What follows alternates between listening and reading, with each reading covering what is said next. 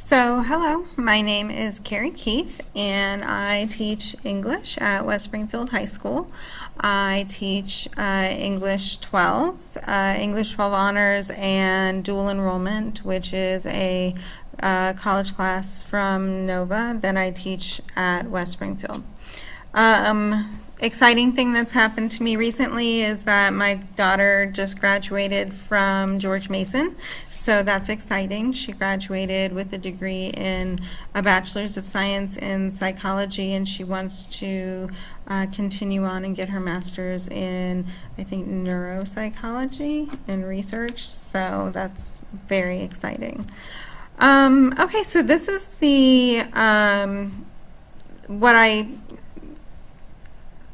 designed for the last unit, and it's a persuasive unit for like a precursor to Brave New World. So basically it's designed to introduce students to persuasion, visual rhetoric, and just general presentation skills before they start reading Brave New World, because there is so much rhetoric and persuasion in the book itself that it really helps them to understand the concepts. So in the different modules, there are 3 modules. The first one is advertising, and we go into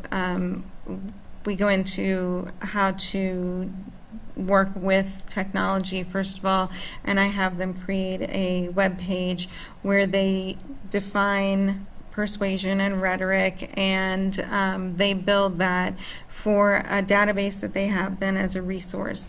And then they do a compare and contrast of 2 different advertisements, and focusing on the basics of visual rhetoric and how each advertisement uses visual rhetoric in their persuasive arguments.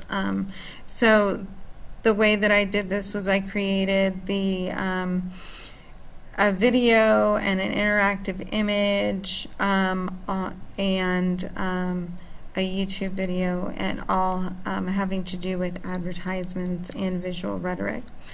All of the activities that the students have to do, they all are I call them deliverables. I think it's just because everyone around me works in the government, and that's what they call their stuff that they have to turn in, deliverables. So their deliverables have to be submitted to Google Classroom, and then there are links to all of those there. I also have Padlets that they do, so everything is fairly interactive.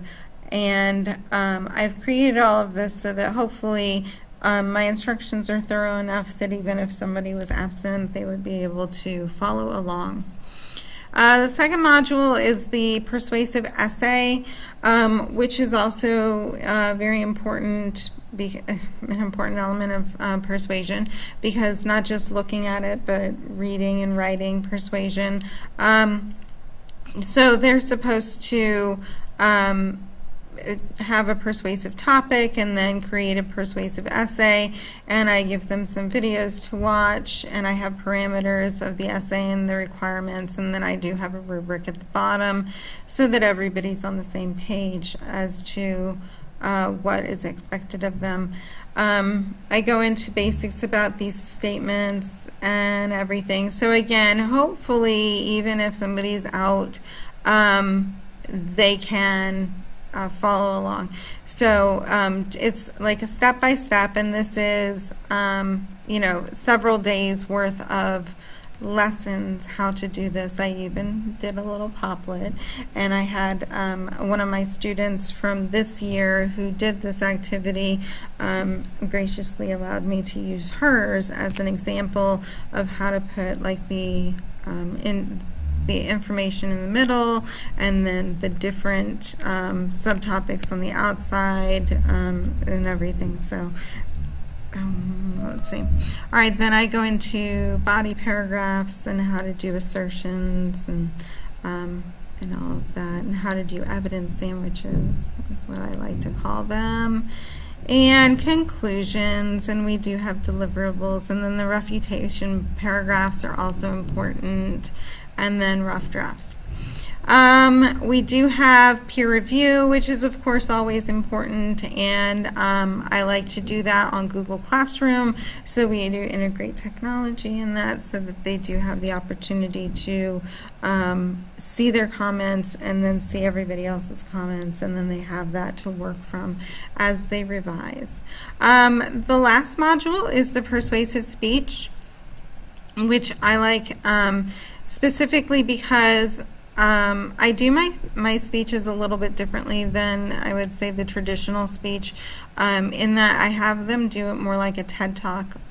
And I think that this is important because I've had a lot more success with this than rather just doing a traditional, write your speech, memorize your speech kind of a thing.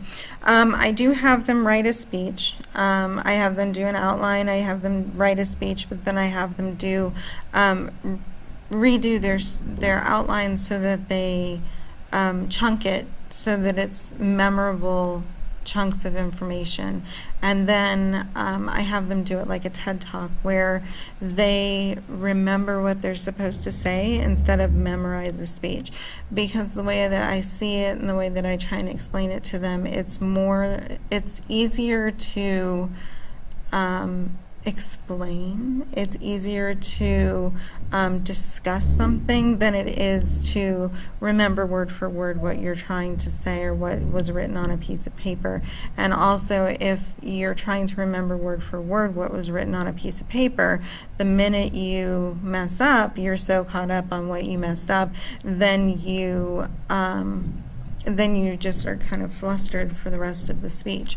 Whereas if you just chunk it into, okay, this part I'm going to talk about, why, violence in schools is here, and why gun control is here, and why this is here. And then you have the chunks, and then you have the information already in your head because you've written the paper, you've written the speech, you have the outline in front of you, and you know the information. It's much easier. It's much easier. And I had a lot of success with it. So I have tips here on how to do a good speech, how to have a good visual. I give them a speech outline that I want them to use. On day 10, there we go. On day 10, I have speech content, things that I want them to do. I also give them several examples of wonderful persuasive speeches. One of them is, he must be like 10 years old, or not even, probably like 8, and he's adorable, and it's just why kids need recess. And I show it to him just because I'm like, hey, if he can do it, anybody can do it. Just remember what you're trying to say. So I think it's just cute. And then this one is just one of the people who founded TED Talks, just giving advice on how to do a talk. Then I give them the rubric on what's expected, and then day 11, which I'm still tweaking, is presentation, but the recording part, which I'm kind of excited about, but again, I'm still tweaking. This site, edublogs.org, is a closed blogging site for educators, so you can have classes set up, and then your class, it's like a class blog, so that all the people within the class have access to that blog. And my dream, which didn't work out this year, but my dream will be for us to record each speech and then the students to upload their speech to a blog, and then for the classmates to provide comments to their classmates' blogs, which would ultimately be their speeches, instead of just writing notes in the classroom, because I feel like those notes in the classroom, they really don't serve any purpose except making sure the kids are paying attention. So I think this would be a much more productive use of the time. And again, going back to the idea of, well, what about the kids that are absent? Because I ran into that this year with the kids who were like stuck in AP testing. And then they didn't see half of the speeches because on that day they were in like AP Calc. And it was frustrating for me because I was sad that they didn't get to experience all of the other wonderful speeches, like, the history or the importance of pop art in America. It's stuff like that that's just really cool to listen to and to learn about, and they missed out. But if I could do this, if I can figure out how to make this work, then they don't miss out, and they can see all of the presentations, and then everybody gets the same amount of feedback from everybody else, which would be awesome.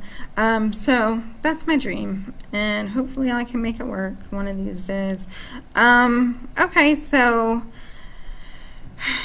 that's how I want to respond and evaluate, and then I think that is my site. I do have a page for resources, but because I didn't pull down the screen far enough, I can't click on it. Okay, but that's it. All right.